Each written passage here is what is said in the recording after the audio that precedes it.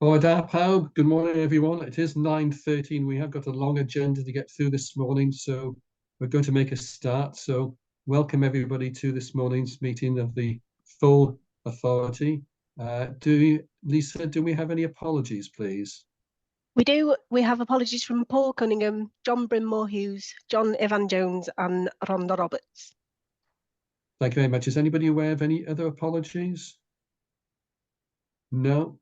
Very sadly, we're going to start this meeting by remembering the loss of the Deputy Fleet Manager, Rob Outram, who died suddenly a few weeks ago. On behalf of authority members, I have sent a card of condolence to his partner, Jasmine, but I wonder if we could begin by just having a moment's silence in memory of Rob. Thank you. Diolch.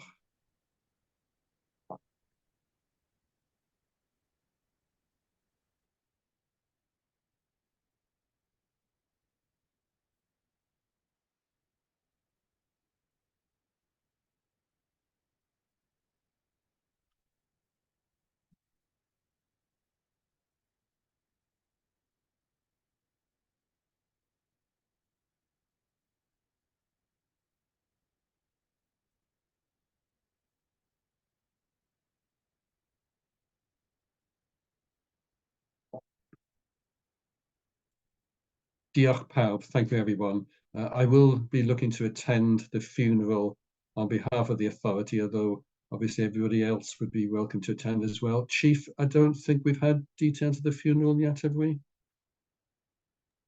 No, we're liaising closely with his family, but there's no details yet of the funeral. We'll let everybody know as soon as we have any information. Okay, thank you. So going on to the agenda, the next item is the declaration of interest. Does anybody have any declarations of interest? I can't see any hands being raised, so I'll take that as a no. So we're going on to the next item, which is notice of urgent matters. I haven't received any notification of any urgent matters, so that's not applicable. So we go on to item number 4, which is the minutes of the meeting held on the 22nd of January. So if we take those for accuracy to begin with, page 1. Councillor Carol Beard. Carol? Chair, yeah, thank you, Chair. It's noted that I was absent from that meeting, but that's incorrect. I did attend. If that can be changed, please. Thank you. Thank you, Carol. Certainly we'll amend that. Page 2. Page 3. Page 4. Page 5. Page 6. And lastly, page 7. So we will obviously amend page 1 to show Carol's attendance. Can we have a proposer that we can now accept those amended minutes, please? Happy to propose, Chair. Thank you, Mark. And a seconder? Thank you, Avrin. Diolch yn fawr. So will you show that you accept the minutes as an accurate record? Diolch yn fawr. Those have been approved. So we go on to item number 5, which is matters arising. I can't see any specific matters arising from the last meeting. I think all the matters have been attended to, unless anybody can see something that they want to refer to. No, I can't see any hands being raised. So we'll go on to item 6, which is the chair's report. So you will have seen the written report of the activities and events that myself and the deputy chair have been attending over the last quarter. Just one item to note. You'll see that there's been a number of sort of meetings that we've had with the deputy minister with responsibility for fire and rescue services, Hannah Blythin, mainly to do with the cultural review that will be taking place. But I don't know if everybody's aware, following Vaughan Geffen's success as being elected as the new First Minister, there has been a reshuffle within the cabinet. And although Hannah Blythin is still the Minister for Social Partnership, responsibility for the fire and rescue services has been transferred to the new Cabinet Secretary for Local Government, Housing and Planning, Julie James. So going forward, Julie James is the minister that we will now be having contact with. Does anybody have any questions or comments regarding the Chair's report?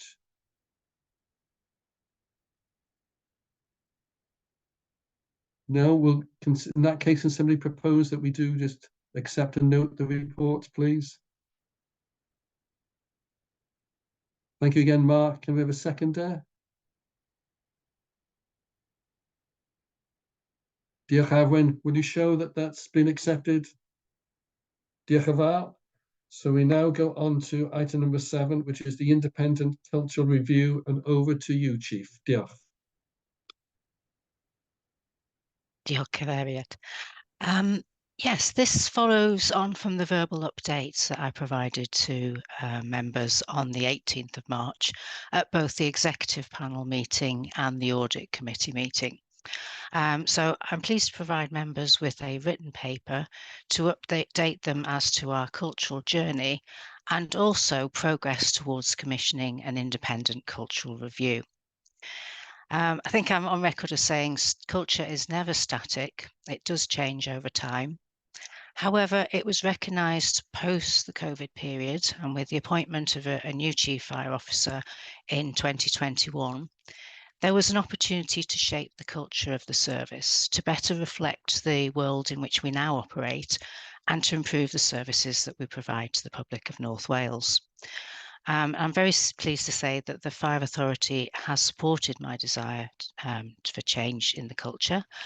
And they did that by supporting the recommendations which were made in my situational assessment, which was presented to members in September 2021. Similarly, members endorsed the need for an independent cultural survey at that point in September, in order to just sort of get a baseline assessment of where we were. Again, I would never say that as an organisation that we had a poor culture, but what we did was we then created an action plan and looked to improve where we were, and that progress over that was checked, and after 24 months we had the same independent company come back in and check on the culture, and we reported back to members at the Members Cultural Seminar, which many of you attended in February this year. In the meantime, you're aware that on the 3rd of January, the Independent Cultural Review into South Wales Fire and Rescue Service was published. And in response to the findings, the then Minister responsible for Fire, Hannah Blythin, announced the removal of South Wales Fire and Rescue Authority and the appointment of 4 commissioners to undertake the functions of the Fire Authority, not only to implement the recommendations of the cultural review, but also the recommendations made by the Chief Fire and Rescue Advisor in his thematic reviews. As the Chair has said, we have met with the Deputy Minister and her officials twice since then, on the 19th of February and the 9th of March, to discuss the progress that we've made around culture in North Wales Fire and Rescue Service. And I suppose it did help that the Minister was familiar with North Wales. She'd had the opportunity to meet employees, both formally and informally, and she recognised that both ourselves and Mid and West Wales Fire and Rescue Service were in a different place to South Wales Fire and Rescue Service. Both services, both ourselves and Mid and West, put together a proposal to Minister to say we would like to have an independent assessment of what we've done so far, and to be able to check that we are on the right track and to make suggestions as to what we could do in the future. And this form, which she accepted, and that formed the basis of the statement that she issued on the 11th of March. The terms of reference for this review has been based upon the bullet points in the Deputy Minister's statement, and the intention is to procure these services through a framework. Now, until the tenders are received for that work, I can't tell you how much it might cost, but it would be very prudent for us to put aside a reserve, not only to pay for the cost of the review, but any temporary posts that we might need to support that workload. I've deliberately not put a figure on, but would just ask for an agreement in principle at this point in time. As part of the proposed review, the experiences of all interested parties, including current and former staff, will be sought. The idea is that we will capture these observations in order to look for themes and improvements that we can make, rather than re-reviewing individual cases. And both Fire and Rescue Services have agreed with Welsh Government officials that we will limit that feedback over a set period of time to better reflect the current position that we are in. In addition to employees' expectations, we recognise that there is the additional risk of our reputation around this review, and it's so important that we maintain the trust of the public, or we cannot effectively do our community safety work because there will not be that trust and that interaction and that ability to go into people's homes. So that is another risk that I'd probably like to draw to your attention. And lastly, the final report, together with any identified areas for improvement, will be presented both to this Fire Authority and to the Welsh Government in the autumn. Happy to take any questions, and the recommendations are to note the contents of the paper and to approve in principle the creation of a reserve to fund this review. Thank you, Chair. Thank you, Chief. Are there any questions for the Chief, please? Councillor Mark Young. Awdurdod, thank you, Chair. Yes, so obviously we want to get this right, and the terms of reference sound like it's going the right way, but I would like to understand the involvement of members. I think it's important that we are involved in some way. So any thoughts on that would be appreciated, Joachim. Thank you. Yes, thank you, Councillor Young. I guess this paper forms the official notification to members, but through the process of the review, we will be able to release certain progress reports to you, and then formally report back at the meeting in the autumn in October. And we can use also the audit committees and the executive panel for more informal briefing. Joachim, thank you. Councillor Gareth Jones. Gareth, diolch. Yeah, thank you. I must admit, I'm just really nervous about the potential cost of this because we don't really know what it's going to cost, especially as we seem to be pretty far down the road to actually changing the culture, in that we've identified it, we're aware of it, we've put action plans into place, we've had some independent surveys and things. And whatever the cost is going to be, it's going to be the councils that actually pay for it at the end, because the money's not going to come from anywhere else. So I was just wondering if are we likely to have a different reaction from Julie James once we know what the cost is, because it's going to come from her overall budget one way or another, isn't it? And as I said, I'm fairly new to this, but from what I've read and seen and what you've been saying now, we are already on the way to sorting this out, and we're not in the position of South Wales. And there's always the danger with getting consultants in, is that they follow the land and expand, i.e. they'll tell us we've got a problem and they'll say, surprise, surprise, give us more money and we can help you solve the problem. There's a danger that they will want to disturb us and make us uncomfortable so that they can actually get more work to actually sort the problem out. But that's just me being a bit cynical. No, we are very conscious of that, and I think that's what formed the basis of our conversation with Hannah Blythen, that really the extent of the South Wales review was just not proportionate for the position that we're in. The Chair and I will have the opportunity to talk with the new minister at the next Social Partnership Forum, which is on the 8th of May. So we will try and use that opportunity because by then we might have some indication of what the tenders are coming back at. To discuss the size and the proportion of this review. But it has got to be realistic, because you're right, this is a cost that we are having to bear ourselves. There is no Welsh Government money for this review, and it is not probably a piece of work that we would have undertaken, having done 2 already independent reviews ourselves, so we know where we are. Thank you. Yeah, thank you for your comments and your question, Gareth. Very pertinent. And I would draw members' attention to, I think, a very important part of the content of the report, where it says both fire and rescue services have agreed that such feedback will be limited to experiences within a set time frame, which is yet to be agreed.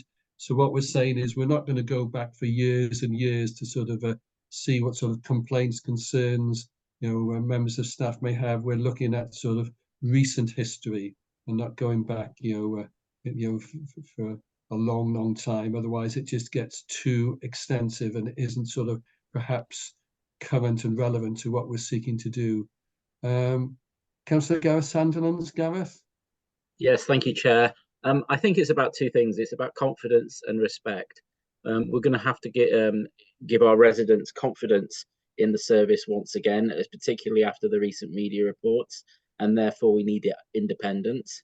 And respect, I think we need to work with the Fire Brigades Union a lot more and have a mutual relationship there. So I'd be interested to know further details of how the Fire Brigades Union are going to be hand in hand going through with this culture review with us. Thank you. Thank you, Gareth. And yes, fully agree that we need to work with the Fire Brigades Union. I don't know if members are aware that since we had the last full authority meeting, both the chair and the secretary have stepped down. So we are awaiting sort of ratification of the formal appointments process for a new chair and new secretary to be appointed, so that we can begin sort of to work with the new appointees. So that's just for information, but certainly we will be looking to do that going forward. Mark, did you want to come back in? Excuse me, Chair. Perhaps I could just say, I think it's important that we work with all the unions that represent all our employees. So that's not just the Fire Brigades Union. And to that end, ACFO MacArthur and myself had a meeting last week with the national Unison official, who is very keen to also support us in our work. So I'd just like to say that, yes, we will have union involvement, but it'll be from all the unions. Yeah, thank you for that, Chief. Mark, do you want to come back in? Yeah, just a couple of points that have been raised by members and just further confirmation. So our review is going to be check and work already done, so it should be more simple, and it's nothing like the review of authorities which have had issues, it sounds like. So that should be clearer. And I understand why we want to put a time frame in, but I'm just worried about voices not being heard, and that's going to be a real fine balance. So I would be interested in understanding the time frame set and why, and what do we deal with if we have historical cases raised, because we're a caring organisation. I can see the leadership is that way, so you would want to deal with all communication. So just any thoughts on that, please, Chair? Yeah. I think anything prior to whatever the time frame is that's set, we'd want to use our usual mechanisms, quite frankly. And the fact that there are now more methods of alerting us to any behaviours that are inappropriate, then that's the mechanism we will use. I think anything that may have started in the past but is continuing, that definitely will be swept up within this review. Thank you. Thank you, Chief. Councillor Brian Apsley. Brian? Good morning, Chair, and everyone. I've got I don't want to disagree with you, Chair, but I've got a concern about the time frame and what limiting the time frame may mean to us. I think I do at this point regard it as a negative because modern doesn't always mean good. And modern, as you well know, is always under the microscope, and you may well, and this might be a bit critical, you might well find that more experienced colleagues from the past, etc., may have a lot more common sense in their locker. Thank you. Thank you, Brian. And certainly I've got no problem if you want to disagree with me. I don't know if the Chief wants to comment in relation to the comments you've made. I recognise that there may well be things that we can learn from the past. I guess at this moment in time, what we are concerned with is the culture of the here and now and what it might be in the future. And that might well be informed by things that happened in the past. Thank you, Chief. Dafydd, dych chi eisiau dod I fewn? Diolch, Cadeirydd, a ymddiheuriadau I Dawn am beidio gofyn tu allan i'r cyfarfod, ond just to ask, I'll ask in English. Who will be appointing the independent reviewer? Will it be in the gift of the two authorities or the Minister? And just going back to Gareth Jones's original question, I think such contracts, if they're in our gift, we could preclude that reviewer from being considered for further work, which would limit the money they can get out of us in the future, or at least put it in the contract that it's an assumption that would occur. Yes, it will be in the gift of the two fire authorities to determine who will undertake this work. The only stipulation that Welsh Government officials have made is that it should be no one with any current or previous connection to the fire and rescue sector. Gareth, do you want to come back in? Yeah, I was just going to say, I think it's important that whoever does it has an understanding of the emergency services, slightly different culture, because obviously in an emergency situation, the culture has to be different. It has to be a JFDI, command and control structure. Obviously, the culture around it, about a lot of things we're talking about, is the same as in any other organisation. But I think it's important that whoever does the review has an understanding of what an emergency service culture needs to look like. Thank you. Yes, thank you for that.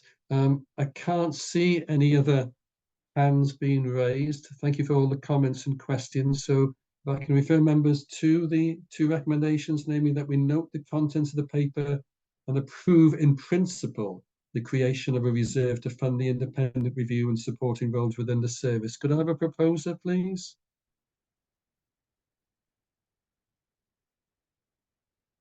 Mark, thank you. Can I have a seconder?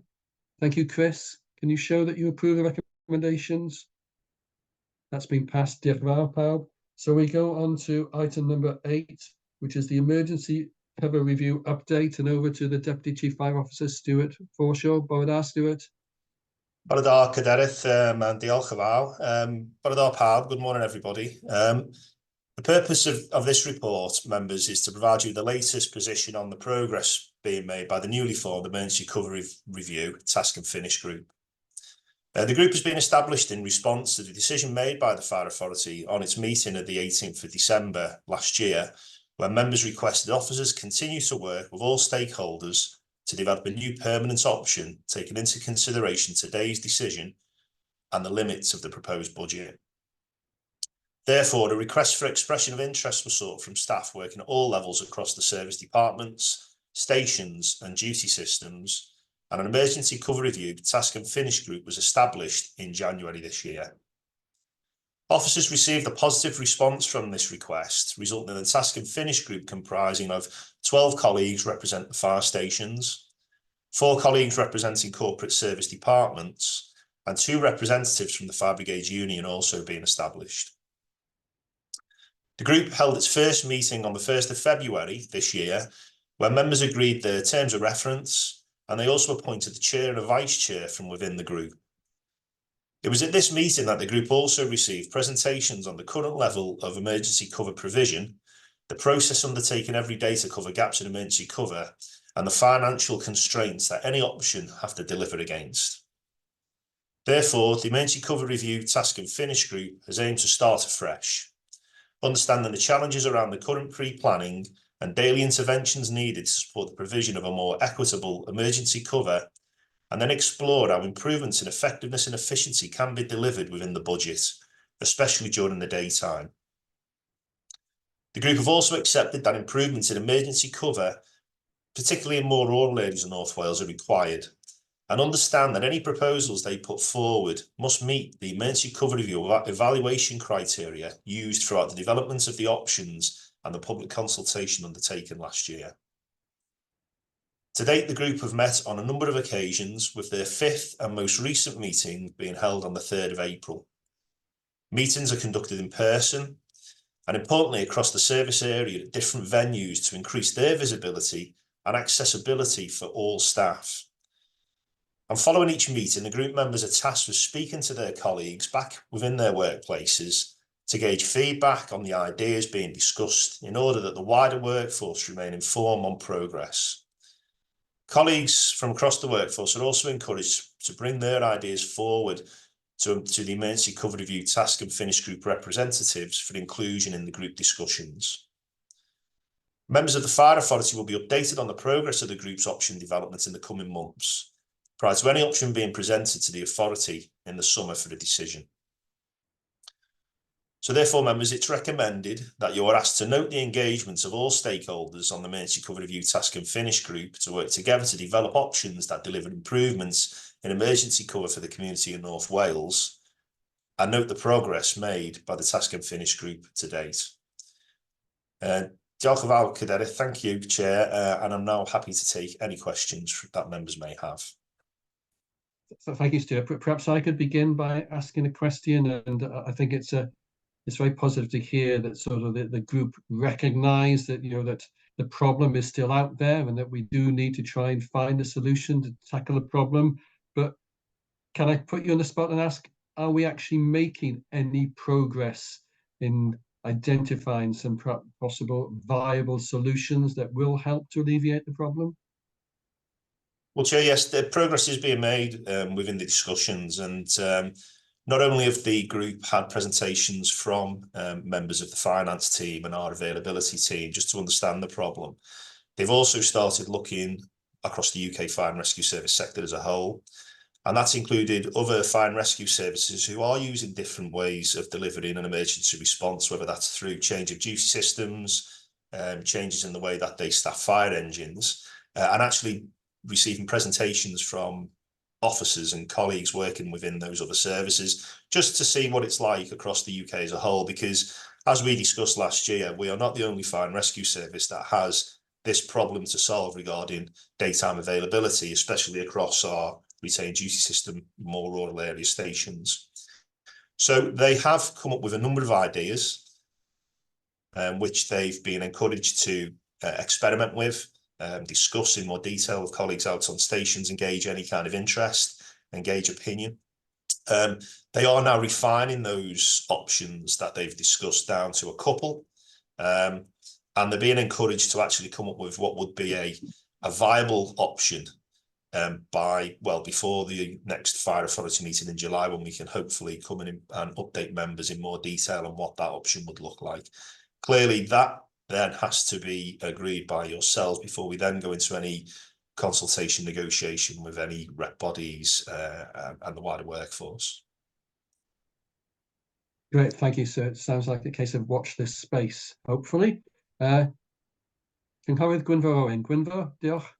Diolch yn fawr, Mr Cadeirydd. Falch o ddarllen yn adroddiad ac o glywed rwan bod y grŵp wedi bod yn cyfarfod mewn gwahanol lefydd. Ga i ofyn os ydy'r grŵp wedi cyfarfod yn De Gwynedd o gwbl, sef un o'r ardaloedd sydd yn cael I danwasanaethu. A os yn I ddiolchgar jyst I gael gwybod yn lle mae'r grŵp wedi cyfarfod. Diolch. Diolch yn fawr, Councillor Owen. I don't have the actual venues to hand, but I can provide them with you. I do know that there are representatives from Southern Gwynedd area, from those fire stations, and also from Carnarvon as well. I know of one firefighter who works at Carnarvon, and I know that they have held one meeting in Carnarvon for sure. But what I will do is provide you with the venues, because they are meeting across the service area to make sure that that spread of visibility is seen. Diolch yn fawr. Diolch. Afwyn? Diolch am mute, Afwyn. Diolch yn fawr iawn, Stewart, am yr adroddiad. Un cwestiwn sgen I ofyn. Stewart yn sôn am yna am yr opsiwn oedd yn cael ei roi ger bron yn mis Gorffennaf. Y cwestiwn sgen I, faint o opsiwn fydd yn cael ei roi ger bron yr awdurdod pryd hynny? Fydd o jyst un, ta fydd yna gwpl yn cael ei roi ger bron? Diolch. Diolch yn fawr, Councillor Roberts. So the aspiration is to provide you with one option, and that option also importantly has to be not fundamentally different to the option that we went out to consultation with during the summer.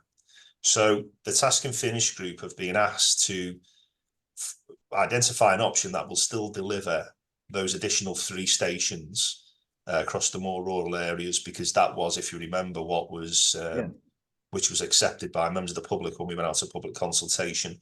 I suppose the challenge for them is that you were presented with one way of providing those 3 stations.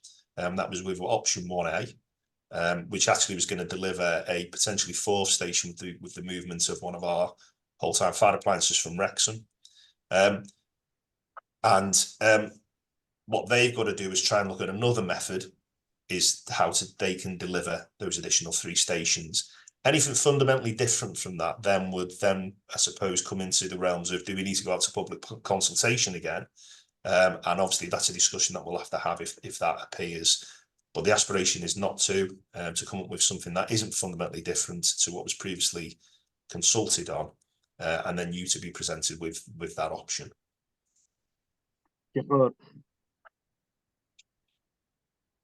Are there any other questions? Chief, do you want to come in?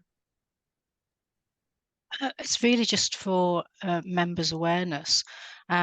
We said that we are not alone trying to improve this situation, and Mid and West Wales Fire and Rescue Service are doing exactly the same exercise that we did last year. They are undertaking an emergency cover review because they have exactly the same problem that we have.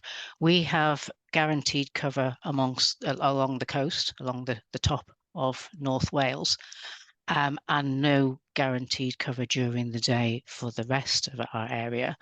And they have guaranteed cover along the bottom of their service area and no guaranteed cover for the rest. So between us, this grows into a bigger issue. This is like 2/3 of the whole of Wales not having guaranteed cover during daytime. So that's why both ourselves and Mid and West are trying to address this issue. Thank you, Chief. Mark, do you want to come in? Yeah, just quickly, thank you, Chair. So I'm just wondering how, if this work is, it's live, and we're obviously going to start working on the budget for this coming new financial term we're working on. So how's that timing working?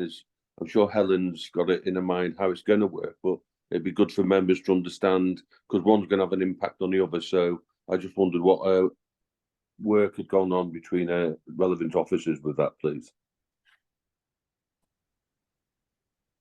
Chair, I'm happy to pick that up. The working group, it also had representation from finance, and the financial envelope at the moment is the existing budget. So within that, any proposal that comes forward should be achievable within our existing financial position. Chair, and I can just add as well, just regarding the timescales as well, Councillor Young, is that we are looking for them to provide the option for July, as mentioned, and that then will cut time nicely to when budget setting starts again for our authority meetings towards the end of the year, when we should have what would be the option for implementation from April next year. So that's why really the task and finish group is being asked to come up with something to provide to July, so then we can do the work throughout the rest of this year in preparation for the start of the next financial year. Okay, that makes sense. Thanks for that, Giacomo. Thank you. Thank you. Are there any other comments or questions before we move on? I can't see any hands being raised. So you've heard what the two recommendations are. Can I have somebody to propose, please? Thank you, Chris. Can seconder? Thank you, Rob. Can you show that you approve the recommendations? Diolch yn fawr. So we go on to the next item on the agenda, which is item 9, the Equality, Diversity and Inclusion Strategy for 2024 to 2029. And I think this is back to you, Stuart, again to present, please. Diolch. Diolch yn fawr, Cadeirydd. Thank you, Chair. So members, this paper presents what is our Equality, Diversity and Inclusion Strategy 2024 to 2029. And this follows its consultation with members of the authority and staff across the service, which was approved for consultation by members of the exec panel on the 18th of March. The strategy presents our commitments relating to ED&I and sets out how we propose to meet them. In Wales, the legal framework for equality, diversity and inclusion is primarily governed by the Equality Act 2010. And this legislation sets out the public sector equality duty, which requires public bodies, including fire and rescue services, to consider the needs of individuals with protected characteristics in the development and delivery of policies, services and employment practices. Under the duty, public bodies must have a due regard to the need to eliminate discrimination, advance equality of opportunity and foster good relations between people who share a protected characteristic and those who do not. We are required to publish information demonstrating our compliance with this general duty, as well as our equality objectives that we have set and our progress made towards meeting them. The strategy details other legal requirements, including the Welsh Language Wales Measure 2011, and notwithstanding these requirements, we have a well-established commitment to promoting and encouraging the Welsh language amongst staff, stakeholders and the public, and recognition of our moral obligations to protect the cultural heritage of the area. The development of the EDI strategy has been supported by staff representatives and staff network leads within the services ED&I committee. It has been in development for just over a year now and represents many hours of discussions and engagements with everybody across the service. The strategy has also been influenced by our extensive engagements and consultation work undertaken with community groups recently. The strategy complements the people theme of our community risk management plan and will run alongside it, setting out our commitment to meet the needs of our diverse communities. And we will do this by seeking to understand and address the specific challenges our communities face. As we know, equality is not about treating everyone the same.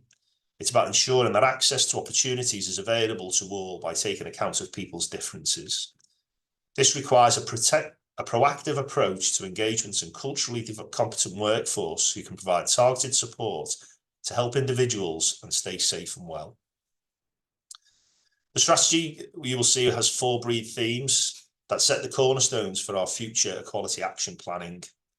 2 of these themes have an internal focus, looking at how we further embed inclusivity in our organisational culture and how we attract, recruit and retain diverse talent.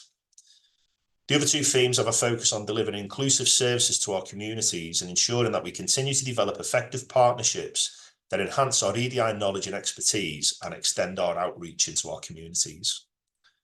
At the heart of these themes are the principles that everyone should be treated with respect and dignity, regardless of their background or identity, and a commitment to work tirelessly to advance equality of opportunity, whilst eliminating discrimination and provide good relations between different people. The strategy is one aspect of our cultural journey, and we will help to create a fire and rescue service that is representative of the communities it serves, and one that is trusted and respected within our communities. The implementation of the EDI strategy will be guided by a detailed annual EDI action plan, which will be managed by the service's ED&I committee, which meets quarterly and I chair. We will also produce an EDI performance report every 6 months that will be submitted to the Service Leadership Team Performance Board to outline progress against the service's equality priorities. The strategy sets out our vision for an organisation that provides high-quality services that are accessible and relevant to everyone in our communities. An organisation that has an inclusive culture where all of us can belong, bringing our whole self to work and can flourish. Therefore, members, it's recommended that you are asked to note the contents of the report and approve the Equality, Diversity and Inclusion Strategy 2024 to 2029. Thank you, Chair, and I'm happy to take any questions again from members. Thank you, Stuart. Just one comment and one question from me. First of all, just to sort of remind members that this strategy has been scrutinised already by the executive panel, who are happy to approve it. And I think I'm right in saying, Stuart, that we have now appointed a members EDI champion. Is that correct? We have, Chair, yes, and Councillor Dolman is our members EDI champion, and I'm sure everyone will kind of join me in welcoming her to our EDI committee, which will meet in the next few weeks, when I'm hoping that Councillor Dolman will be able to attend. That's great. Thank you, Sharon, for your commitment to the role. Number of hands being raised, starting with Brian. Brian Apsley. Thank you, Brian. Thank you, Chair. Just a quick thanks for the well-prepared paperwork, which makes this easier to understand for lay members. So thank you very much for the paperwork. Thank you, Brian. Mark. Thank you, Chair. Yeah, just a quick one. So I'll be supporting this really good piece of work, and the cultural day we had was excellent. It was just going to ask for confirmation of Stuart about the communication behind this, because although the day we attended was good, I didn't know about some of the networks, and I think it's important that we share what we are doing. So any thoughts on how we can get the comms better so we're all aware of what's going on and the good work we're doing? Thank you. Yeah, thanks, Councillor Young. So I think obviously the role of Councillor Dolman now being on the committee is really important, and I'm sure that having first-hand experience now as an authority member on the committee to see the great work that's being done across the service, then will be really useful for members. I think as well, we've got the weekly brief, which members now receive, and that contains a lot of the great work that's being done regarding not only just ED&I, but also all areas of the service, when it comes to the culture that we have here and the culture that we're also, looking to continually improve. So I'll take that away. I'm sure that myself and Tracy Williams, who's the head of our comms team, will have a think about the way that we can communicate some of this great work going forward, if we feel that we need to do a little bit more of that, other than the... Okay, that sounds great. Thank you. Thank you, Mark. Gwynfor? Diolch yn fawr, Mr Cadeirydd. Cwestiwn sgynnau ar thema 2, denu recriwtio a chadw pobl dalentog. Just poeni dwi'n aml efo amryw o gyrff, ydyn nhw'n edrych yn ddigonol ar hanfodion swydd, pe maen nhw'n gwneud hysbyseb neu disgrifiad swydd. Ac enghraifft, un hanfod sy'n cael ei reid i fewn yn aml ydy yr angen i gael trwyddedyru cyfredol. Wan, chi'n gofyn pam bod angen trwyddedu'r cyfredol? Ella bod angen mynd i ryw gyfarfod mewn rhyw fan arall ryw unwaith y mis. Wel, di hynny ddim yn golygu bod rhaid i rywun fod yn gallu gyrru i fynd i'r man yno. Mae'r ffaith yn aml bod nhw'n gofyn am trwyddedyru yn hanfodol yn eithrio aml i berson anabl yn benodol wedyn, oherwydd mae yna fran uwch o bobl anabl ella sy'n methu gyrru. Ac felly, just mwyn atgoffa yn fwy na dim bod angen edrych yn ofalus ar hanfodion pob swydd pan ydyn ni yn gwneud y swydd disgrifiad. Diolch yn fawr.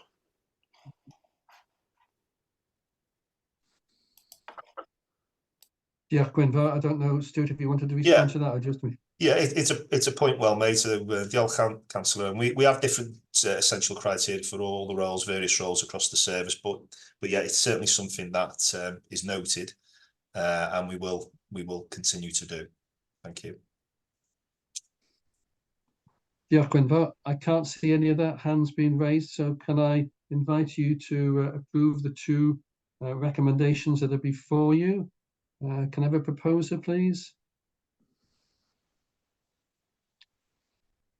Thank you, Sharon. Thank you, Gareth. Will you show that you approve the recommendations? Diolch yn fawr iawn. That's been passed.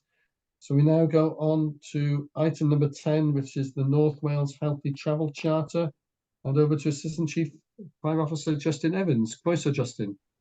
Croeso, diolch yn fawr, Cadeirydd. Bore da pawb.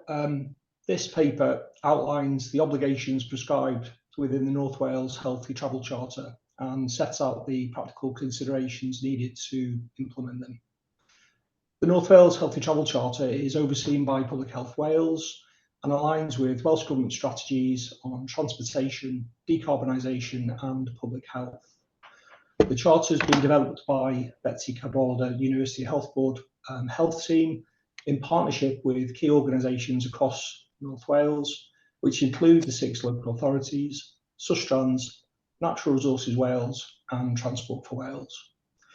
The Charter provides a framework of action on communications and leadership, public transport, walking, cycling, agile working and ultra-low emission vehicles.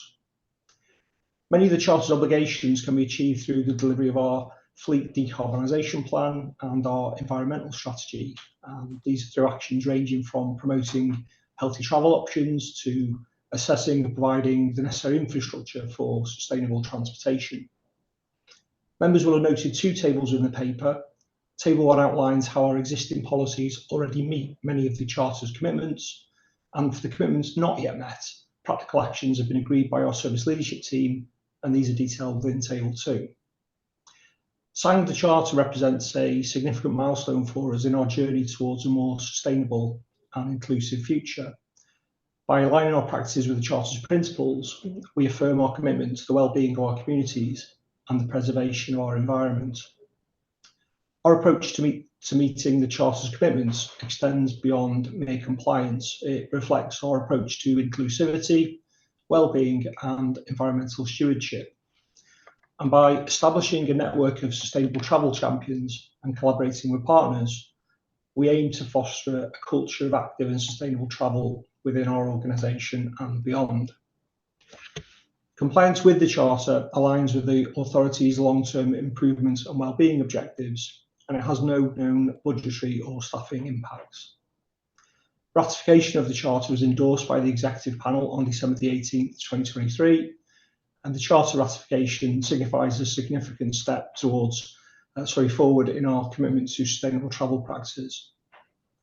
It is recommended that members endorse the ratification of the North Wales Healthy Travel Charter under the following terms: that the Chief Fire Officer is delegated to sign the Charter on behalf of the authority, that the Environment and Climate Change Manager be designated as our single point of contact for the scheme, and that compliance is reported through the Flintshire and Wrexham Public Service Board. Thank you, Dr. Powell. Thank you, Justin. And so just to remind members, as Justin has pointed out, that this paper has already been scrutinised and approved by the Executive Panel. So any questions or comments from members, please?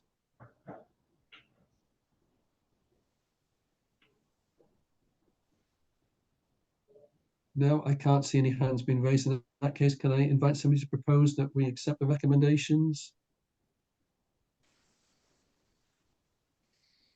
Thank you, Mark. Seconder. Thank you, Brian. Will you show that you approve, please? That report has been approved. So we go on to the next item, which is item 11, the provisional outturn for 2023-24 And over to Assistant Chief Fire Officer Helen MacArthur. Bore da, Helen. Bore da, thank you, Chair. This item is actually going to be led by the Treasurer, so we have a number of financial papers on the agenda, and we're going to mix and match with who presents them. So, David, are you happy to pick this up? Ie, diolch Helen. Diolch Cadeirydd. Ie, mae yna nifer o eitemau bron heddiw. Hwn ydy'r unig un sydd heb fod drwy rhyw fath o blaen graffu. Mae'r 4 eitem sy'n dilyn i gyd wedi bod neu llai yn y pwyllgor archwilio 3 yn nhw, neu yn yr panel gweithredol. Wedyn fydd rhai o'r aelodau yn gyfarwydd â heini. Ond mae hwn yn bapur newydd. Yr allro dros dro am y flwyddyn sy'n newydd orffan. Mae dros dro oherwydd mae yna fwy o waith i wneud i gair cyfrifon, a mae yna bob tro beth yn dod allan wrth wneud yr adolygiadau dwytha yna. Ond mae am fod yn weddol agos i le o ran sefyllfa cau y cyfrifon. A sy'n licio diolch i'r staff sy'n gweithio'n galad ar hynny, fel da ni'n siarad. Mae'r rhagolygon yma o wariant cyfalaf a revenue ar gyfer y flwyddyn sydd wedi gorffan 31 Mawrth. A mae hwn yn adrodd ar y sefyllfa fel oedd o ar ddiwedd Chwefror. Fydd rhain o'ch chi'n cofio gafodd y gyllideb i ymeradwyo nôl yn Ionawr 23. Ac ar yr adeg hynny, mi oedd yn gyfnod reit anodd. Oedden ni'n rhagweld bod ni am wario 44.6 miliwn, ond o hynny'n cynnwys setiadau cyflog cenedlaethol nath orffan uwch ben yr ddarpariaeth gyllidebol a pwysau cyffredinol oherwydd chwyddiant sydd bod yn uchel iawn yn y cyfnod ers hynny. Oedd y gyllideb gyfalaf am y flwyddyn yma 23-24 yn 6.5 o filiynau, ond o hynny'n cynnwys 3 miliwn y ganolfan hyfforddi arfaethedig, a da ni'n disgwyl i hwnnw gael ei gwblhau yn y flwyddyn ariannol 24-25 erbyn hyn, y flwyddyn sy'n newydd gychwyn. Dyn, da ni'n rhagweld bydd y gwariant cyfalaf rhyw 2.2 miliwn, a bydd angen treiglo y balans o'r cyllid ymlaen gyda'r prosiectau perthnasol. Mae'r adroddiad yn gofyn i chi nodi rhag amcanion alltro revenue a chyfalaf drafft ydyn nhw'n dal, a nodi'r risgiau perthnasol a cymerwydwyo defnydd o gronfeydd wrth gefn. Neu jyst egluro pam bod yna elfen o ddefnyddio cronfeydd wrth gefn. Yn paragraff 8, da chi'n gweld o fyna wrth bennu'r gyllideb ar eich gymeradwyo ystod o fesura oedd wedi cael effaith ar gyflwyno gwasanaethau a capacity corfforaethol. O hynny'n cynnwys gohirio gwariant a defnyddio cronfeydd wrth gefn yn y flwyddyn. O hynny'n rhagweledig o'r cychwyn cyntaf osod y gyllideb. Ac mi oedd yn angenrheidiol i fynd yr afal a pethau. Oedden ni'n colli income grants y Llywodraeth oherwydd y contract airwave, ac o'na, fel dwi wedi nodi, o'na yn sicrwydd yn ymwneud â thrafodaethau cyflog cenedlaethol ar y pryd. Cafodd y dyfarniad, fel mae paragraff 13 yn sôn, cafodd y dyfarniad cyflog diffodwyr tân i setlo ym mis Chwefror 23, a hynny rhyw fis ar ôl i chi osod y gyllideb. Ac yn Chwefror 23 ar nhw gadarnhau ffigur o 7% o fis Gorffennaf 22, efo 5% arall o Gorffennaf 23 ymlaen. Ac o hynny'n uwch na beth o'n i wedi rhagdybio, 5% a 4% ar ein i ffrwyno hynny nôl, os ydych chi'n cofio, wrth bennu'r gyllideb. Wedyn mi o'n y gap o'r cychwyn i'w lenwi, a dyna'r prif reswm pam da ni'n mynd i'r cronfeydd wrth gefn am arian. Wrth lwc, dio ddim gymaint o angen a be o'n i wedi weld yn ystod y flwyddyn. Ar yr ochr cyfalaf, mae costau ariannu cyfalaf yn cynnwys costau benthyca, a mi fydd tanwariant ar hynny oherwydd yr oedi wrth gwblhau prosiectau cyfalaf. Rhywfaint o fanylder ar yr revenue, paragraff 17 ymlaen, da ni yn rhagweld gorwariant, ond dim ond tua £250,000. Mae hwnna tua 0.6% o'r gyllideb, ac yn bennaf mae hwnnw ar y gyflogau, fel o'n i'n sôn, efo yr dyfarniadau cyflog cenedlaethol yna. Ac ond mae'r swm yn llai na gorwariant oedden ni wedi rhagweld yn y flwyddyn, a oedden ni wedi gweld falle fysa hwn yn mynd yn 1.9 miliwn. Dyna be oedd yn rhagamcanion canol blwyddyn ni. Ond yn bennaf, oherwydd gwariant ar gyfloga ac llai o wariant ar gyfloga ac ardaliad pensiwn. Da ni wedi cael ardaliad pensiwn sylweddol gan Cronfa Pensiwn Clwyd yn dilyn ail brisiad. Mae yna fanylion o hynny yn yr adroddiad dilynol. Yn paragraff 18, da ni'n sôn da ni wedi gwario llai ar staff drwy beidio llenwi rhai swyddi gwag o fewn y strwythur yn ystod y flwyddyn. Oedd hynny'n rhan o'r cynllun greiddiol i ddarganfod rhywfaint o arbedion un tro a cyfyngu ar recriwtio i orsafoedd dyletswydd ar alwad. Wedyn mae hynny wedi digwydd a di ffeindio rhywfaint o arbedion. Bydd y broses recriwtio mae o ar droed i gymryd lle staff sydd wedi ymddeol yn ystod y flwyddyn. Dwi'n ymwybodol o'r digwyddiadau recriwtio sydd wedi digwydd yn Porthmadog ac Abersoch yn ddiweddar. Mae hynny'n mynd ymlaen a draws y rhanbarth dwi'n dallt. Wedyn, bod ni wedi gwneud arbedion un tro, dio ddim yn golygu bod ni'n gwneud heb staff am byth. Wedyn, da ni wedi, fel yn dweud, yn paragraff 22, da ni wedi cael ardaliad sylweddol £500,000 gan Gronfa Pensiwn Clwyd. Mae hynny'n dilyn prisiad actuaraidd. Wedyn taliad un tro di hwn. Mae'r Gronfa Pensiwn wedi penderfynu bod ni yn derbyn hwnna fel taliad un tro, sydd wedi siwtio ni ddeu gwir, achos mae hwnna'n dod â ni yn llawer agosach at y gyllideb mewn blwyddyn anodd. Mae rhai cronfeydd pensiwn eraill wedi delio efo hyn drwy ddod â cyfraniadau'r dyfodol i lawr, ond mae'r taliad un tro yna wedi siwtio nifer o'r cyflogwyr yn Cronfa Pensiwn Clwyd oedd yn ffeindio yn blwyddyn anodd.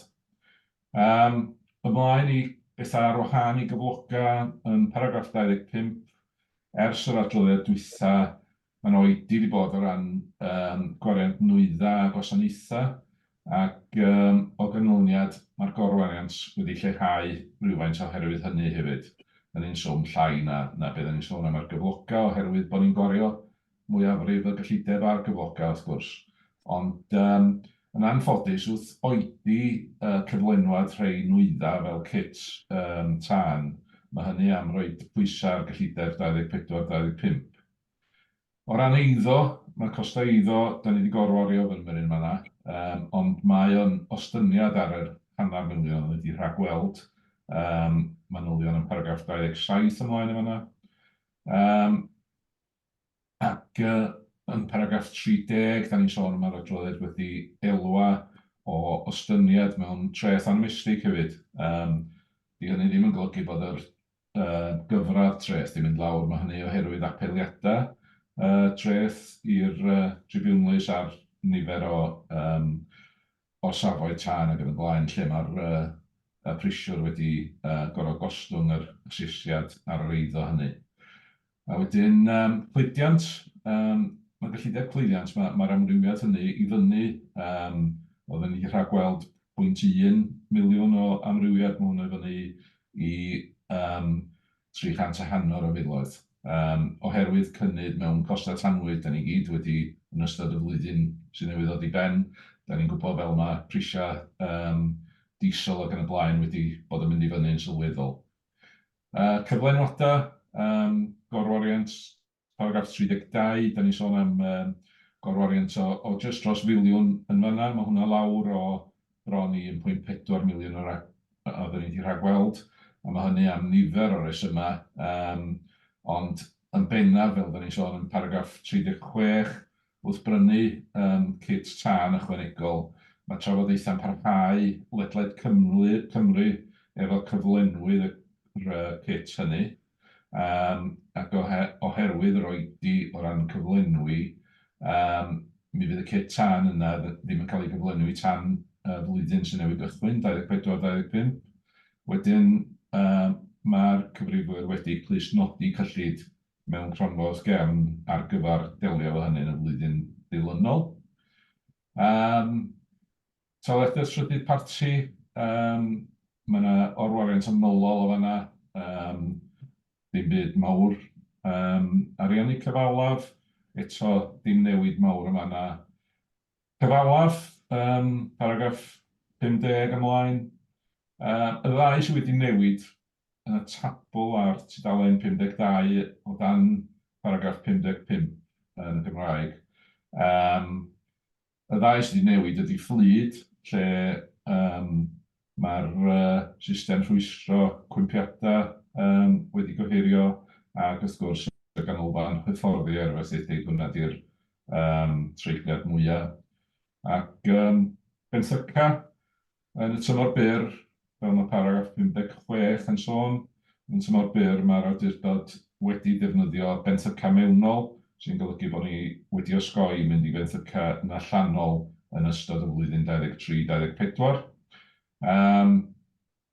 Wedyn, defnyddio cronfeydd gefn fel cyd-destun i chi, mae paragraff 60 yn nodi ar hyn o bryd mae gen yr awdurdod cronfeydd gefn wedi clusnodi sy'n werth 6.2 miliwn.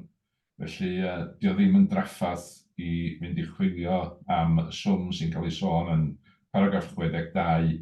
Mae'r allro dros dro yn tybio bydd y dyraniad o'r cronfeydd gefn mwyn gwrthbwyso gorwariant revenue y flwyddyn sy'n newydd orffan yn 270 o filoedd. Does am byd i boeni amdano yn y dangosyddion darbodus sy'n dilyn o paragraff 63 ymlaen. Felly, yn amlwg, gwahodd cwestiynau i Helen neu finna, ond mynd â chi nôl i'r argymhellion sy'n ar tudalen 44 yn Gymraeg, lle da ni eto yn gofyn i chi nodi'r rhagamcanion, nodi'r risgiau a cymeradwyo y defnydd o gronfeydd gefn fel dwi wedi amlinellu, Mr Cadeirydd. Agorod i gwestiynau. Diolch yn fawr, David, am y trosolwg reit cynhwysfa fyna. Any questions or comments for David or for Helen, please?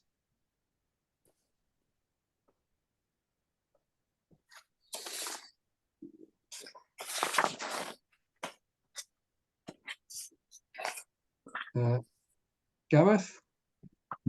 Yes, diolch, Cadeirydd. On page 54, we list a number of capital expenditures. Just wondering the scrutiny involved with that.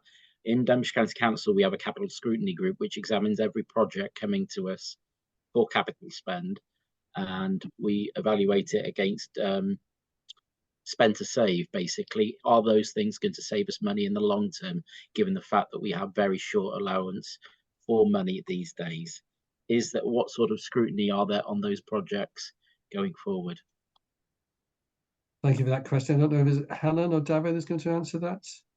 I'm happy to pick that up, Chair. The schemes outlined within the paper are ones that have been approved, but I think it's fair to say that the future work of the Budget Scrutiny Working Group will be to include review of proposed capital projects for exactly that reason.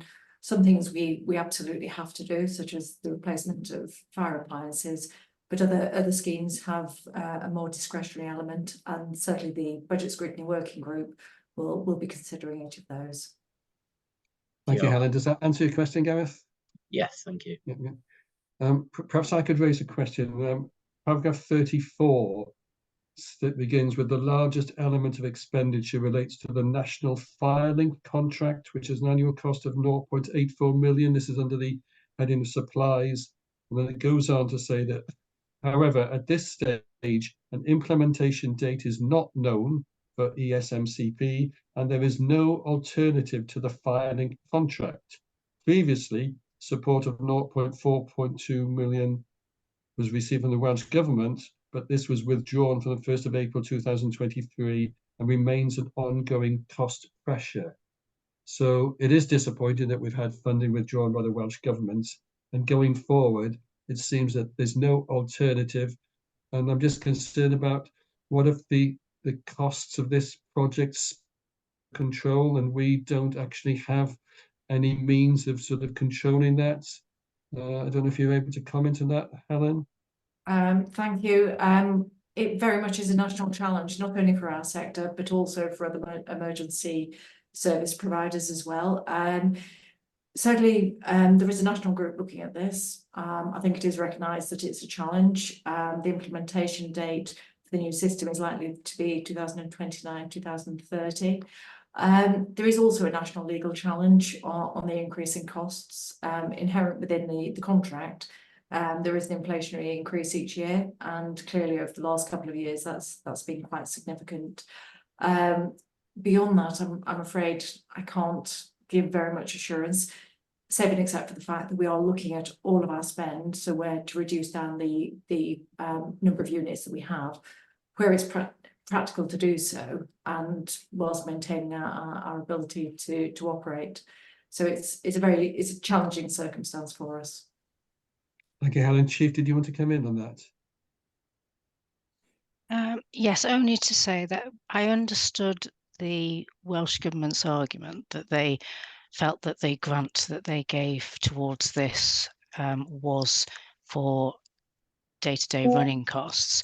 However, I was disappointed that in England there was a decision that this grant would be removed, but it would be tapered over 3 years, whilst we were just notified within days of the budget being set that this would be withdrawn.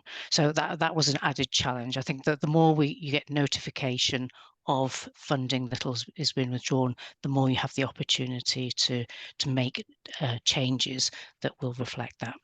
And no, we have absolutely no control over this project. This is a national emergency services project. Thank you, Chief, for that information. Mark, do you want to come in? Giacomo, thank you, Chair. So item 36, we know we've done a lot of work going on with purchasing extra fire kit for protection, etc. But the overspend is substantial. So just some background on that, because obviously when you're doing so much work to save, as we did last year, £1 million, then to see an overspend of over 400,000 is substantial. So any thoughts on that and what we're doing moving forward to try and manage that situation? Thank you.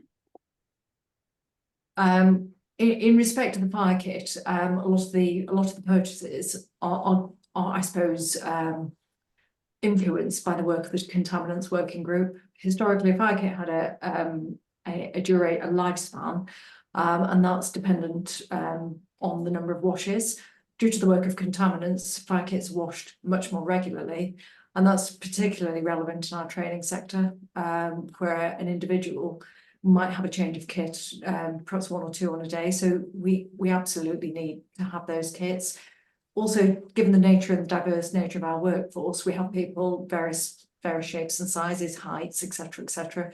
So it's important that we have appropriate kits. So whilst it is quite a significant cost in this year, we believe that this will provide us with the kit we need in training, and a little bit of resilience should we be able to recruit from a diverse workforce. It is, however, beyond doubt, an essential part of functioning that we have to meet. I'm not sure if that fully answers your question. Yeah, no. So it should be more manageable moving forward. Actually understand the kit, and maybe we need a bigger budget line in for it. But that answer sort of responds well. Thank you. And part of the mitigation of that is we're also purchasing wildfire kit, and that wildfire kit will help and support prolonging life of the gold kit as well. So we are where possible taking alternative measures, but it is just something that we're carefully managing. Okay, thank you. Just on the subject of kit, Helen, can I ask, is the kit reusable? I'm thinking that that we do sort of have sort of RDS firefighters who sort of we lose in terms of their employment. So if they have their kit, is that reusable, or once it's used by an individual, can it not be used again? No, it's fully reusable. So effectively, every time it is laundered, they do a physical inspection, and it's laundered and maintained. So providing it comes back in a serviceable state, it's very much put back into service. Excellent, thank you. Are there any other questions or comments regarding this report? I can't see any hands being raised, so can I refer you to the recommendations, and can I have a proposer, please? Thank you, Jeff. And a seconder. Thank you, Mark. Will you show that you approve, please? Diolch. That's been approved. So we go on to item number 12, which is the pay policy statement. And is this you, Helen, or is it back to David? I'm not sure. No, this one is me. Diolch yn fawr. So the pay policy statement is a document which is prepared on an annual basis, and I anticipate that members will be familiar with it, both from previous years in the authority, but also from your own council. The statement is required as part of the Localism Act, and coupled with guidance from the Welsh Government, its overall aim is to provide transparency with regards to the pay structure, and that's the pay structure for all employees. In summary, the statement provides information on remuneration of chief officers and employees on the lowest pay scale, but it also provides information on the methods by which we determine the salaries for all staff. Chair, I won't go through the report line by line, but there are a number of important aspects that I'd like to draw to the attention of yourselves as members. So within the report, section 3.2 highlights that for all staff groups, we use national pay scales where they exist, and we also participate in collective bargaining arrangements. This includes both the cost of living annual review, which members will be familiar with from the budget setting process, but also it's one that's followed within your own councils. And at the time of writing this report, the increase for 2024-25 has not been finalised for staff conditioned on the green, grey or blue book contracts of service. The pay scales for grey book colleagues, who are those working in operational roles from firefighter through to area manager, and including our control colleagues, they're agreed nationally. And the pay scales for staff on green or blue contracts of service are agreed locally through a formal job evaluation process. Sections 4, 5 and 6 deal with the arrangements for the remuneration of the Chief Fire Officer and senior staff, including the Principal Officer team, the Monitoring Officer and also the Treasurer. National pay scales don't exist for these roles, and the salaries are benchmarked periodically against the sector averages. And notably, as you'll see from section 8, we do not pay bonuses or performance-related pay for any staff member, and that includes senior staff. Section 9 provides the reader with a summary table of all of our employee groups, including the terms and conditions of service and their pension arrangements. And members will note that a lease car is provided to fire officers who are required to attend operational incidents as part of their role. Our lowest paid employee is the equivalent of £23,893 per annum, and that's correct as at April 2023. That equates to £12.38 per hour and is above the government's real living wage for 24-25. And the pay multiple with the CFO is 1 to 5.8. And again, that's within the spirit of the Huston Review, which set a maximum multiple of 20 times. The multiple with a median full-time is 1 to 4.32. We also provide a range of support measures for all staff, and that includes access to physiotherapy, corporate discounts and employee assistance packages. And we don't routinely employ individuals through their own personal service companies, which are more often termed off-payroll arrangements and subject to quite negative press. I would refer members also to the appendices, which set out the salary scales for all applicable to all staff, noting that for staff conditioned to grey, green and blue, that those figures relate to 23-24, because the figures haven't yet been finalised. This report was fully considered by the executive panel at its meeting on the 18th of March, but I'm happy to take any questions that members may have. Thank you. Thank you, Helen. As you say, that the report has already been considered by the executive panel and the recommendations endorsed. Are there any questions or comments for Helen, please?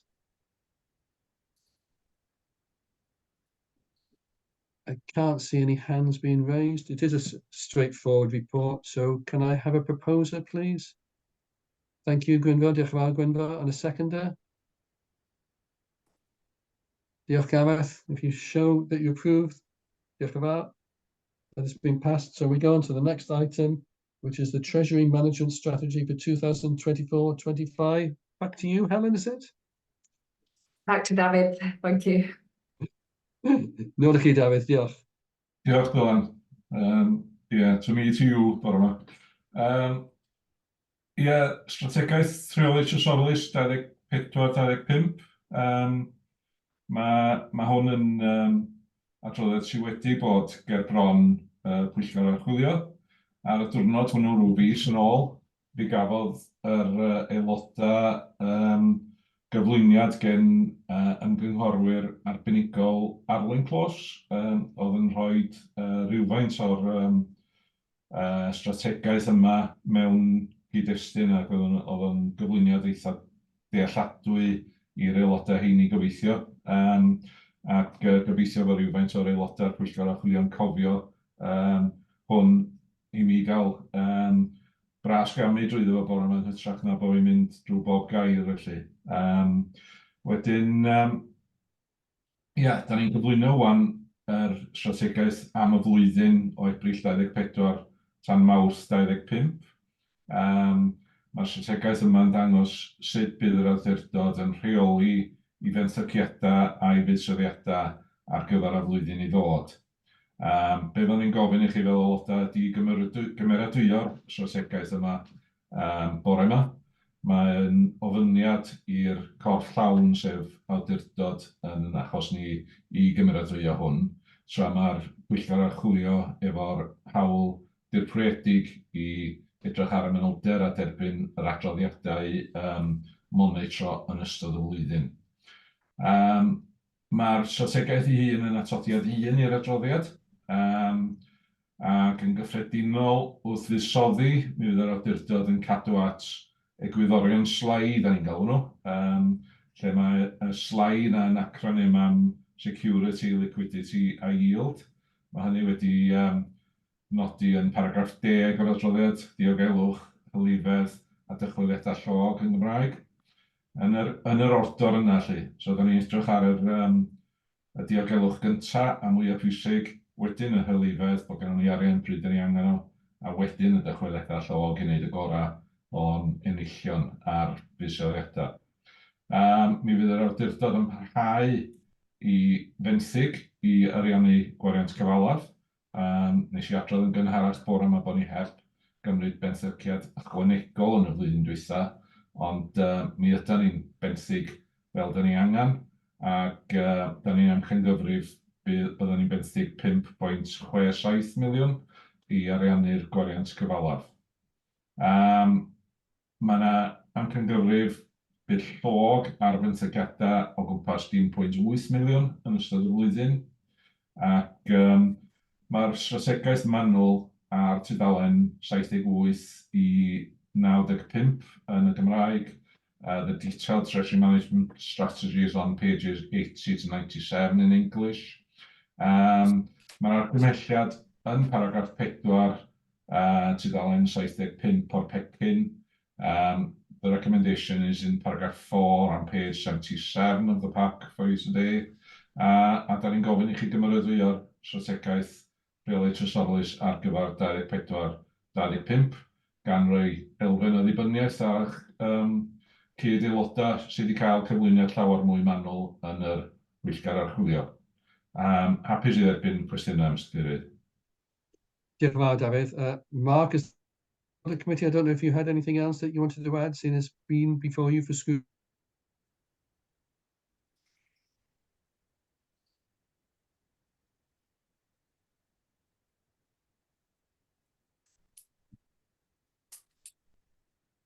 Don't know, Mark, if you got that. Did you want to come in at all and say anything as the chair of the scrutiny committee? Yeah, no, sorry, I missed that. No, happy with the report and happy to support. We've done a lot of work on this. I think members and officers work well together, so happy to support and no questions. Giacomo, thank you. Yeah. So, any questions or comments from members? Can't see any hands being raised, but as we say, it's already been scrutinised thoroughly by the audit committee. Can I therefore have a proposer, please? Diolch, Mark. Diolch, Gareth. Will you show that you approve the report? Diolch fawr, pawb. That's been approved. So we move on now to item 14, which is the capital strategy for 2024 to 34. I'm not sure which member of the double act is now on. Is it Helen? Oh, Helen can do this. Over to me. I think members by now will probably fully appreciate that the audit committee on the 18th of March was a very technical heavy meeting, and we also discussed the capital strategy. You're correct that it does actually cover the next 10 years, and it covers the period 2024 to 2034. And it certainly may seem a long planning timescale, but it also recognises the need for the planning and coordination of our financial resources to achieve our objectives. It also links very nicely to the revenue outturn paper that we've got on the agenda today, as we don't receive a separate funding stream for capital items, which would be very helpful, but they are generally funded from borrowing. On occasions, we are able to sell assets, but largely the vast majority of our assets don't have a residual value, or they relate to our buildings, which we don't tend to sell. And therefore, what we need to recognise is that all of our capital decisions have a revenue consequence. Capital expenditure relates to the purchase of assets that will be held and used for a 12-month period, but they can actually span for periods beyond 50 years in the case of buildings. So very much the decision you make today has that long-term consequence. The longevity of our capital assets isn't just limited to our buildings, and you'll know that our fire appliances have a useful life of between 15 and 18 years. And with other vehicles, such as our technical response unit or the aerial ladder platform, being longer again. So from this perspective, a 10-year plan suddenly starts to look slightly short-term in nature. However, the 10-year plan can never be set in stone, as the operating environment changes, technology changes and evolves, and therefore this is only intended to be a high-level document which effectively steers the direction against which we'll make decisions on an annual basis. The underpinning document is the authority's CRMP for 2024-29, which sets our corporate direction and the principles for the next 5 years. And the important issue is that we invest through the capital programme in projects and schemes that address the issues arising from these principles. In essence, in a financially constrained world, we need to ensure that our resources are utilised to best effect, and the capital investment supports this. I think that was previously highlighted in the revenue report, and it includes ensuring not only that our initial investment is sound, but that we have proper arrangements for maintaining the asset over its useful life when it remains affordable. To that end, we do have internal processes. So when one of our managers identifies a capital need, they complete a business case, and those business cases are subject to scrutiny, and they will come through the budget scrutiny working group. And that includes not only that capital cost, but the affordability, but the ongoing revenue consequences. So taking the aerial ladder platform, purchase cost might be £500,000, but on an annual basis, we know that we need to service it, we need to maintain it, we need to insure it. So at every decision point, it's making sure that we understand the full cost. I'll draw members' attention to the 10-year capital plan. And this is based on known bids, but it's also anticipated that on an annual basis, these bids will be refined, recosted, and there will also be a need to reprioritise as items become apparent. It does provide a very good overview of the anticipated expenditure, and as members can see, this includes significant investment in the financial years 28-29 and 29-30 in fire appliances. Notably, there is no current additional provision for the training centre above and beyond the land, and this will be considered separately by members, and the capital strategy will be revised at that time. The strategy also includes the funding mechanism, which is external debt, and considerations given to the impact on our revenue. I'd like to draw your attention to the table within section 6, which confirms that this is between 5.6 and 7.5%. On an annual basis, members will be required to approve the in-year capital plan as part of that budget setting, which again ensures that you have that due diligence in place and that scrutiny is present. As confirmed, this strategy was considered by members at the Audit Committee, and I'm happy to take any questions that members may have. Thank you. Dear Helen, any questions or comments from members, please?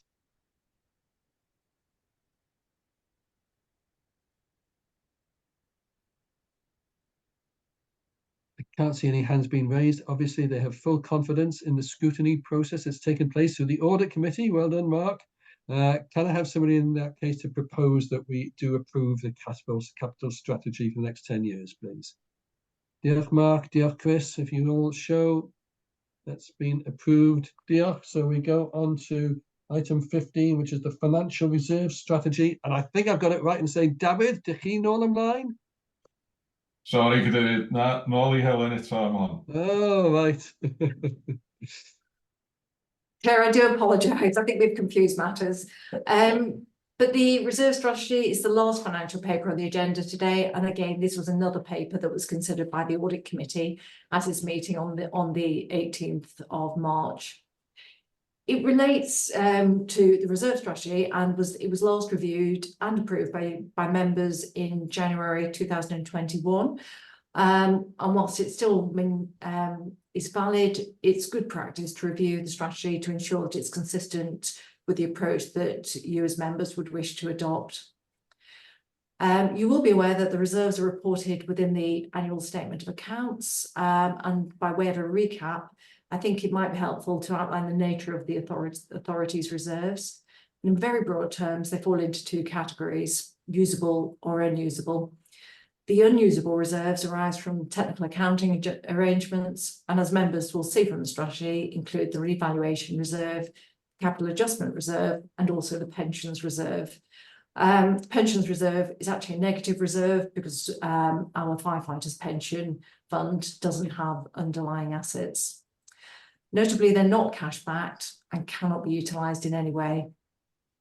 I'd also refer members to the table within section 6 of the report, which provides further details on each of those reserves. However, turning to the usable reserves, these are ones that can be utilised, and members will recognise the importance of this, given the challenging financial situation that the public sector as a whole faces at this time. And the usable reserves fall into two distinct categories. Those that are established for a specific known purpose, and those that are general in nature. And in terms of those specific reserves, they will cover a broad range, everything from potential loss of grants through to requirement for PPE, through to known building projects. The current and anticipated earmarked reserves were detailed within the medium-term resource strategy, which was approved by the Fire Authority in December. And as at the end of March 2023, they stood at 6.2 million. And the earmarked reserves relates to areas of known or anticipated costs where it's considered prudent to put money aside. And that effectively helps manage the future financial demands, and it also helps to cushion the impact of uneven cash flows. And we've seen experience of that today in the financial report, where we've talked about a need in a particular year to purchase PPE for our firefighters. Those uneven cash flows can also relate to such things as items that were deferred in year, and that's very often the case for our capital schemes, or because future costs are anticipated and need to be managed. The earmarked reserves do cover a broad range of headings and include such things as training systems, improvements, transformation, But we also put a buffer in place for such things as legal liabilities, major incidents and inflation. In contrast, the general reserve is held as a contingency, and that helps cushion the impact of an unprecedented event or an emergency or higher than anticipated level activities.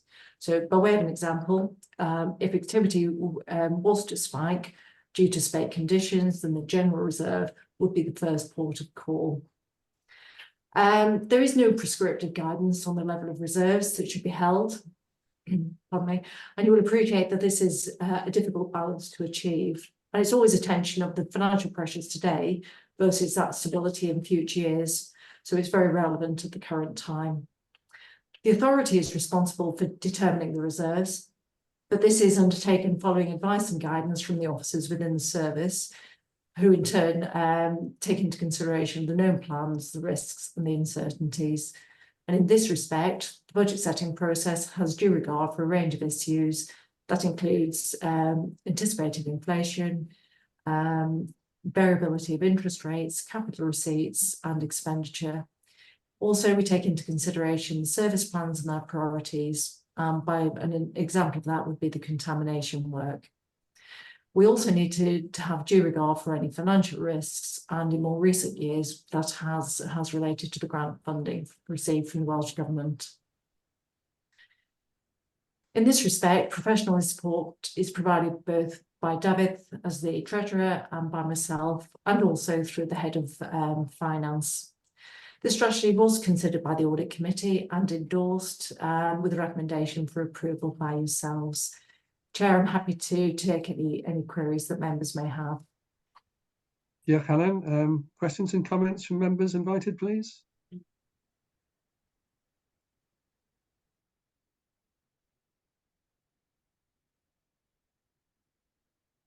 I can't see any hands being raised. David, dych chi eisiau dod I fewn?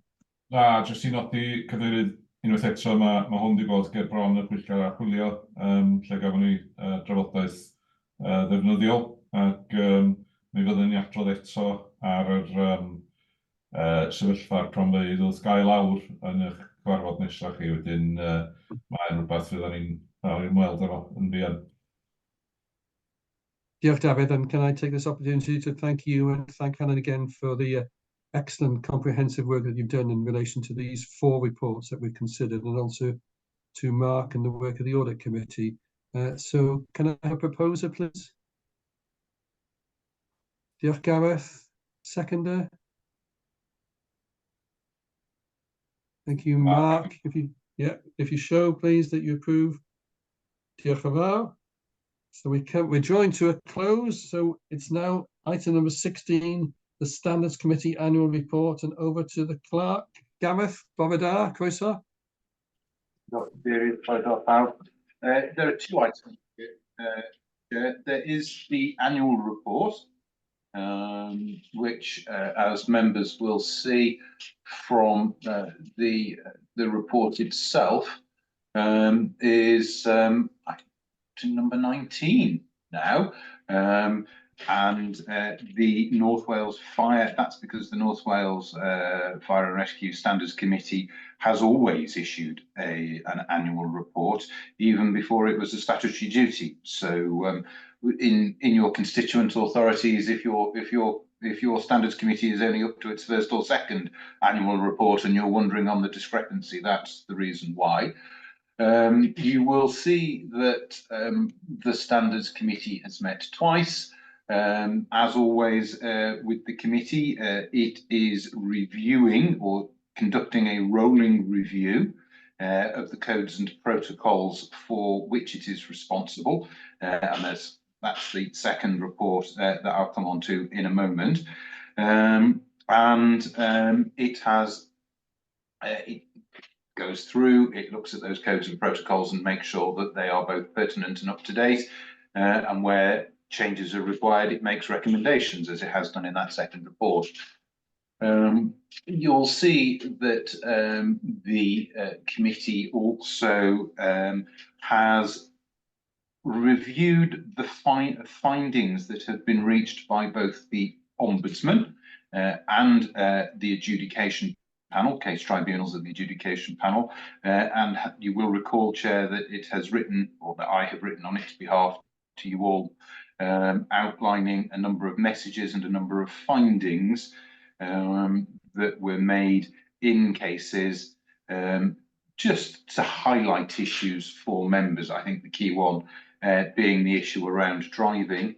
It was, I think, perhaps an unusual decision by the Ombudsman that just because the police hadn't investigated, they weren't going to take the case forward, but they did make recommendations about not attending remote meetings whilst driving, because of course that potentially is a criminal offence. The committee has also conducted a number of visits to fire authority and committee meetings. As members will be aware, they've attended to view those meetings. Again, found broadly positive, made a number of small recommendations, but broadly positive findings about the manner in which the fire authority conducts its meetings and the way in which members conduct themselves. And lastly, Chair, the committee continues to monitor attendance. Where attendance levels fall below 50%, I will contact members and just seek an explanation as to whether there might be any extenuating circumstances, and ill health or whatever comes to the law at some point.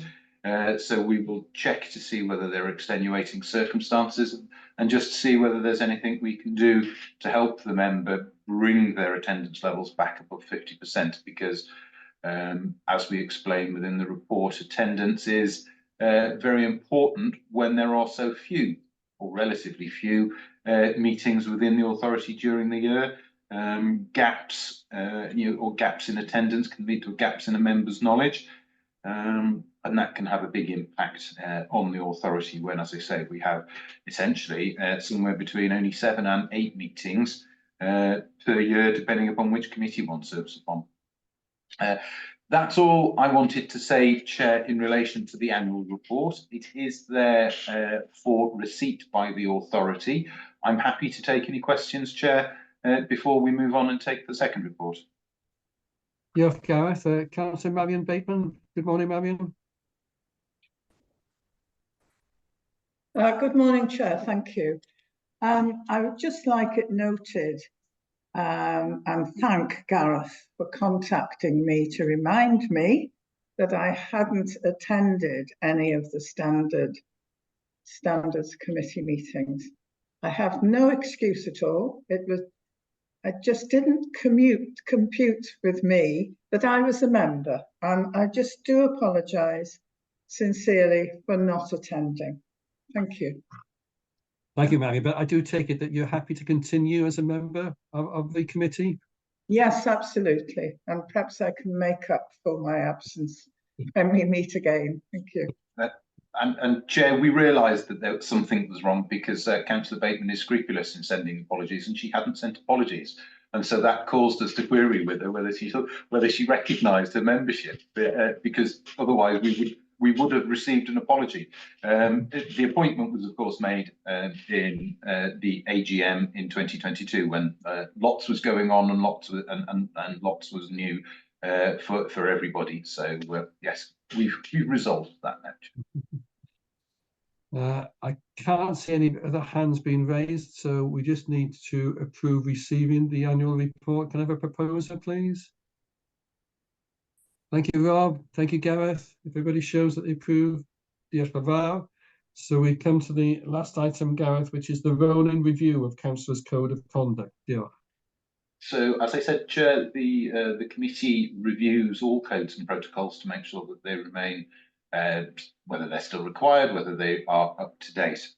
Now, 2 years ago, Richard Penn, on behalf of Welsh Government, reviewed the whole regime, ethical regime, so the Code of Conduct and how it is enforced.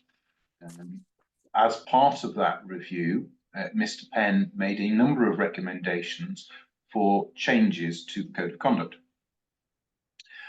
The Code of Conduct itself is a statutory document, but the authority can voluntarily make changes, provided it doesn't make the code any less onerous. Mr. Penn made a number of recommendations, some of which really require legislation to implement fully. But two of the recommendations that he made, which the Standards Committee considered, should be adopted voluntarily because of their importance. Those two recommendations are set out in the report. The first is a relatively, or hopefully a relatively simple matter. The Model Code of Conduct was first created in a statutory instrument in 2008, 2 years before the Equality Act 2010, and therefore it doesn't include all the protected characteristics that are listed within that subsequent piece of legislation. So the first recommendation is that you add in protected characteristics that are missing, and you will see that they have been added in to the appendix, and maternity or pregnancy is one of those, and I think the other one that was missing from the code is transgender.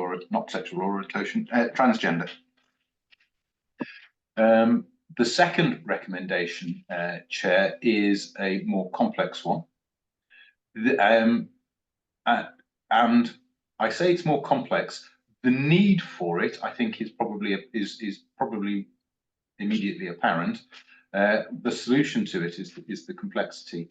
If I explain, the Code of Conduct requires members to report any reasonably any behaviour which they reasonably believe amounts to either criminal behaviour or a breach of the Code of Conduct on the part of others.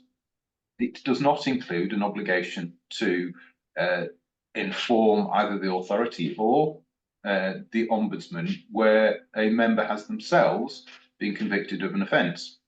And there have been a number of examples, more so at town and community council level, so not an issue at fire authority level, but these things are just not an issue till they happen, aren't they? Where members, councillors have been convicted in an offence and the council of which they are a member has been unaware of that fact. Now, part of the challenge here and the complexity here, Chair, is that no person in England is obliged to incriminate themselves under the law.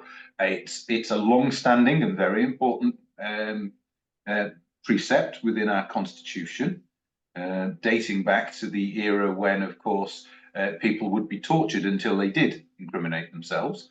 Now, we don't have that situation anymore, but we do still have that very important fundamental principle that nobody can be required to incriminate themselves. Now, the point about incrimination is that you can only incriminate yourself prior to a trial taking place or during a trial. Once a trial has taken place, if one is convicted of an offence, the opportunity to incriminate yourself no longer exists because you've been convicted. And therefore, what the committee thought was an appropriate remedy to this disparity was to say that if a member is convicted, then the member should inform myself as the monitoring officer and the Ombudsman's office, because there is potential that under the code, a criminal conviction in one's private life, particularly if it's for violence or for dishonesty, can bring one's office into disrepute. And so, Chair, that is what is proposed to be added as paragraph 6E of the code. You will see that it says that a member, or proposed to say that a member should report any conviction imposed upon them since they signed their declaration of acceptance of office. And that means that we're not delving into a member's past, and we're not breaching the legislation around the rehabilitation of offenders, where, you know, after a time you're entitled to have old offences forgotten. And it also says that this applies only where the offence is one that isn't punishable with a fixed penalty notice. And the purpose for that is so that members don't have to report, you know, relatively minor matters to myself or to the Ombudsman. We would deal with and look at more serious offences only, and by excluding offences punishable by way of FPN, fixed penalty notice. That's how we make clear that we are not dealing with minor offences. So those are the two changes suggested, Chair. The committee did ask to see how other authorities in Wales had dealt with the recommendations made by Richard Penn, and I have to say no other authority has yet made these changes apart from Flintshire County Council. The other authorities are taking the stance that they will wait for Welsh Government to legislate. Welsh Government have accepted that they do need to legislate to change the code, but have indicated that they won't do so during this Senedd term, and that they will do so during the next Senedd term, and we have no indication as to when. So that means, Chair, that legislation won't be forthcoming until at least 2026. And on that basis, Flintshire has made these changes, and the committee thought that it was worthwhile making these changes as well. But I do think it's fair to point out that no other council has done so. So members in constituent or other constituent authorities will be sitting there and thinking, well, why hasn't my standards committee done this? That's the reason why, Chair.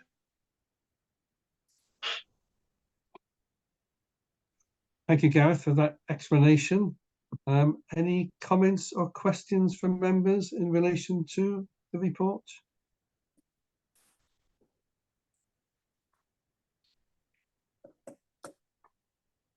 I can't see any hands being raised. Chief, do you want to come in?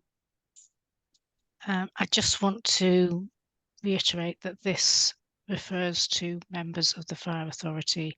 It's not employees of North Wales Fire and Rescue Service.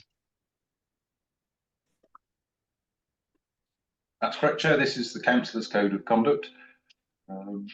I think, Chair, certainly the changes around the Equality Act, very much in the direction to support the culture of the Fire Authority and the direction of travel. And as I say, the points about the criminal convictions one, it does seem obvious when you say, well, actually, why are you only required to report others but not yourselves? And I think that's because of those difficulties around self-incrimination.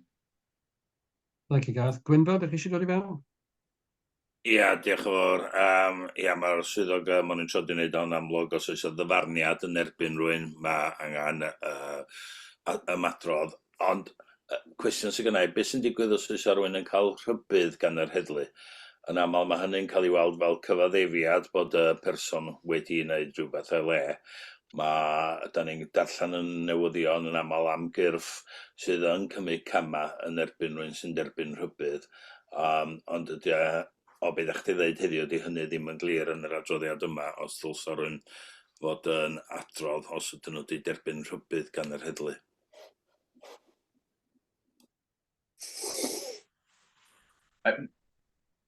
Cautions are normally applied, Chair, in relation to either less serious offences or circumstances where the police believe, although an offence has been committed, that it's less serious or it isn't a grave example of the offence. A criminal caution is not a conviction. So members would not be obliged to disclose criminal cautions. Certainly if the Fire Authority wanted to include that, you could. But as I say, the focus for the committee has primarily been towards the more serious end of the spectrum. And so it has in its recommendations not included cautions for that reason. Thank you, Gav, for that clarification. Any other questions or comments? I can't see any hands being raised, so I'm going to invite members, therefore, to accept both of the recommendations that have been presented to us by the clerk today. Is somebody happy to propose that? Thank you, Jeff. Can I have a seconder? Diolch, Gareth. Will you show that you approve the recommendations in that case? That's been approved, diolch yn fawr. And can I just take this opportunity also to publicly thank the members of the Standards Committee for their very thorough work.